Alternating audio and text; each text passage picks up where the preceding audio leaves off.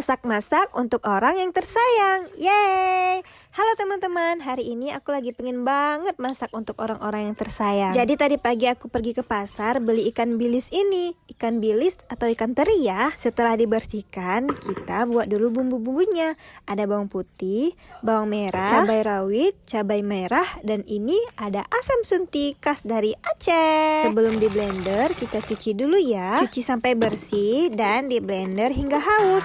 Hah? Haus? Halus. Setelah itu kita panaskan minyak dan masukkan bumbu yang tadi. Tambahkan seasoning seperti garam, bubuk kunyit, dan juga ketumbar. Diaduk-aduk hingga mereka merata. Sembari menunggu bumbu ikannya matang, ada sayur yang mau kita potong. Cuma ada 3 jenis sayur. Yang pertama sawi, wortel, dan juga jagung. Wortelnya dikupas dulu, kemudian baru kita potong. Tapi sebelum dipotong, aduk dulu bumbu ikan tadi udah hampir gosong. Setelah itu baru lanjut potong si wortelnya. Ukurannya sesuai selera ya, mau besar, kecil juga boleh. Sudah selesai potong-potongnya, lanjut kita cuci hingga bersih. Dan aku suka banget sama sayur bening sawi pakai wortel.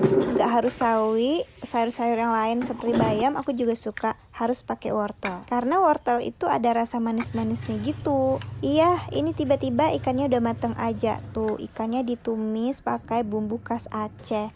Sama sayur beningnya sudah matang. Sekarang dihidangkan dan tinggal dimakan. Masak-masak untuk orang tersayang sudah selesai. Tinggal tunggu mereka datang ke rumahku dan makan bersama. Letih sudah masak. Kita minum dulu. See you next video teman-teman. Bye-bye.